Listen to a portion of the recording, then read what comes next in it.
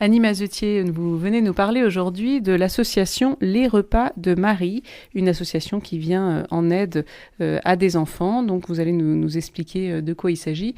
Mais déjà peut-être que la genèse de cette association, comment vous l'avez connue et comment vous vous êtes impliquée, puisque aujourd'hui vous êtes la responsable pour le Sud-Ouest.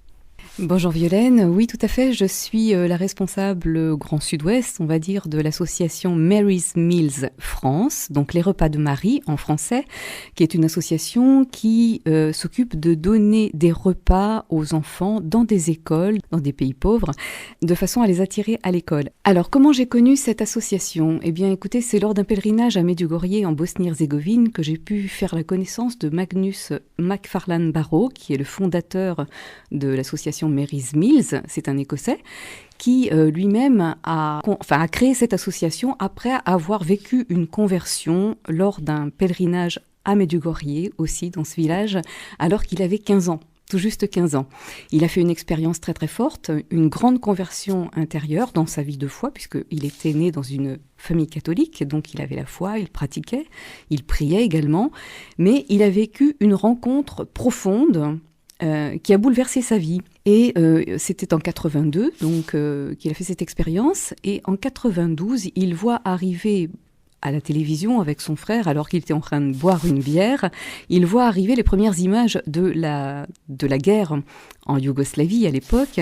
Et il reconnaît en fait des lieux par lesquels il est passé quand il est parti en pèlerinage là-bas, et il est bouleversé, et il se dit, mais on ne peut pas rester ici à rien faire, alors que des amis, nos amis là-bas, vivent ces terribles choses, ces terribles épreuves. Alors il décide de monter un convoi humanitaire avec son frère. Ils font appel à la générosité de toutes les familles, les amis, et puis ils partent avec un camion, avec des couvertures, de la nourriture, voilà, tout un tas de choses. Et puis ils reviennent. Et il pense qu'il a terminé et qu'il a fait sa bonne action et que tout va bien. Mais il se trouve que quand il rentre, il y a encore des montagnes de nourriture, des montagnes de couverture qui attendent, et donc l'aventure n'est pas finie. Donc ce sera plusieurs années de convoi humanitaire qu'il mènera à bien jusqu'en 2002. Toujours pour la Yougoslavie ? Alors, pas uniquement, donc la Yougoslavie, puis ensuite d'autres zones de conflit dans le monde, donc de 92 où il a commencé les convois humanitaires jusqu'en 2002, donc il est intervenu dans de nombreux pays, alors sous l'égide d'une fondation humanitaire écossaise, là, et en 2002, il y a 2 rencontres qui vont bouleverser sa vie et qui vont faire qu'il va fonder ce qu'il appellera les repas de Marie, Mary's Meals, et donc qu'on a traduit en français, les repas de Marie. Alors, quelles sont ces 2 rencontres qui vont être à l'origine de la création de cette association ?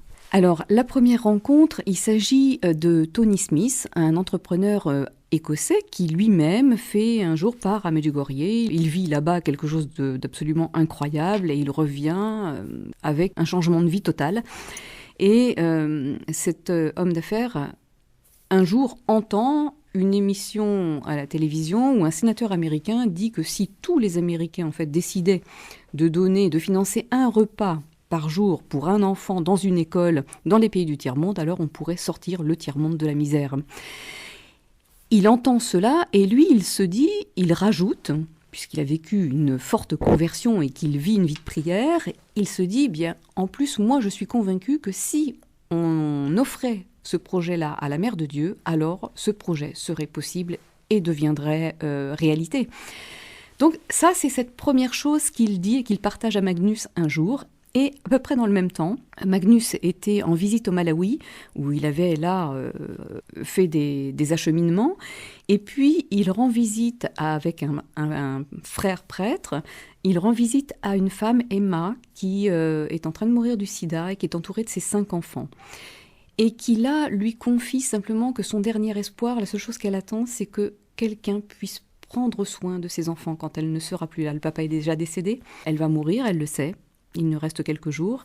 Et donc Magnus est complètement bouleversé intérieurement, il est déjà père lui-même et il ne sait pas trop comment faire ni quoi dire, et de façon un petit peu maladroite sans doute, il se tourne vers le garçon le plus grand qui s'appelait Édouard, qui à l'époque avait 14 ans.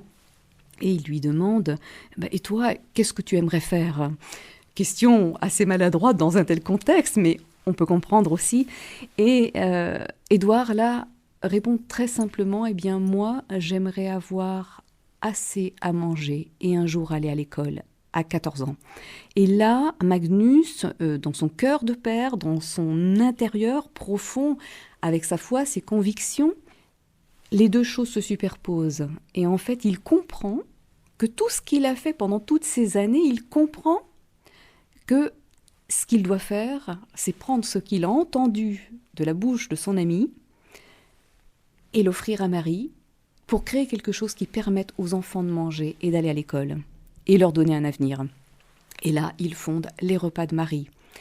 Donc une œuvre qui a été portée pendant tout ce temps dans la prière, par la prière, parce que ces jeunes qui sont revenus, ils sont partis à 5 en pèlerinage à l'époque, ils étaient tous adolescents, ils sont revenus avec le chapelet à la main, ils allaient à la messe tous les jours, ils ont commencé à aller à la messe tous les jours, à vivre la confession, enfin voilà, une vie vraiment forte de prière avec l'Eucharistie au centre, toujours remis dans les mains de Marie, toujours avec Marie devant, et il confie tout ça à la Mère de Dieu. C'est pour ça que ça s'appelle les repas de Marie. Et aussi parce que Marie elle-même a élevé son enfant dans une très grande pauvreté. Donc elle connaît cela et donc il lui confie tout ça. Et cette œuvre est portée par la Providence et vraiment, quand on lit le livre que Magnus a écrit et qu'on on l'entend raconter parfois quand il témoigne, c'est incroyable. On se dit mais ça ne pouvait pas être autre chose que la Providence. Il y a des choses, c'est incroyable. Il est un instrument, voilà, et nous sommes tous des instruments, voilà, donc moi ici je suis un instrument, et voilà, il y a un réseau d'instruments et de bénévoles dans le monde qui permettent à cette œuvre de continuer. Une très belle histoire, on le voit donc pour cette association, les Repas de Marie. Alors concrètement, Annie Mazetier, comment ça fonctionne pour nous, auditeurs, ici à Pau, à Bayonne, dans le diocèse, si on veut aider à ce que cette œuvre s'accomplisse? Alors déjà, il faut savoir que les Repas de Marie interviennent et ont des programmes dans 17 pays dans le monde, en Asie, en Afrique, aux Caraïbes, en Amérique latine également, mais également en Europe de l'Est. Et ce programme, en fait, permet pour 15,60 € de nourrir un enfant pendant 1 an dans son école. Donc, tous les jours d'école, pendant 1 an, pour 15,60 €, on donne un bon repas, un repas consistant, suffisamment protéiné, riche, pour que les enfants aient suffisamment à manger, ils puissent se concentrer, ils puissent travailler, ils puissent venir à l'école. Qu'est-ce que ça a comme conséquence, en fait? Là où les enfants avant étaient envoyés pour mendier, sur l'état d'ordure pour récolter des petites choses pour aller les vendre après, eh bien les parents, quand ils savent qu'il y a à manger à l'école, ils les envoient à l'école.